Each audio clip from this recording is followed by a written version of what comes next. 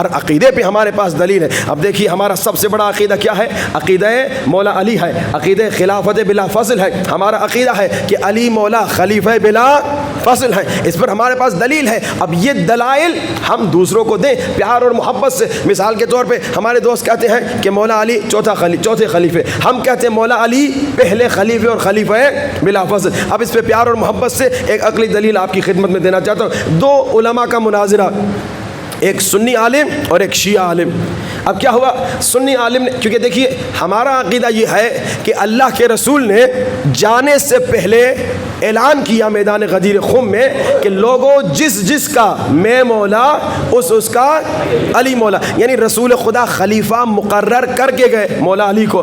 لیکن ہمارے اہل سنت کے بھائی کیا کہتے ہیں؟ کہتے ہیں نہیں, رسول خدا نے خلیفہ مقرر نہیں کیا, کہا میرے بعد جاؤ سقیفہ میں انتخاب کرو جسے چاہو. اب یہ ہم دونوں میں فرق ہے. اب شیعہ سنی عالم کا مناظرہ, سنی عالم نے کہا اے شیعہ عالم تم ہمارے پہلے خلیفے کی عزت نہیں کرتے. شیعہ عالم نے کہا یہ تہمت ہے ہم پہ. کس نے کہا ہم تمہارے پہلے خلیفے کی عزت نہیں کرتے؟ بلکہ شیعہ عالم کہتا ہے میں شیعہ عالم تمہارے پہلے خلیفے کی تم سے زیادہ عزت کرتا ہوں. اب یہ سنی حیران ہو گیا, کہ یہ کیسے ہو سکتا ہے کہ تم شیعہ اور ہمارے پہلے خلیفے کی ہم سے زیادہ عزت کریں؟ کہا دلیل.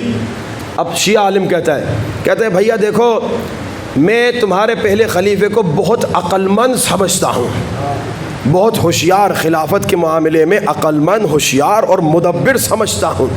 اب یہ سنی عالم بڑا خوش ہوا, واہ بھائی واہ, پہلی مرتبہ کوئی شیعہ عالم پہلے خلیفے کی تعریف کر رہا ہے.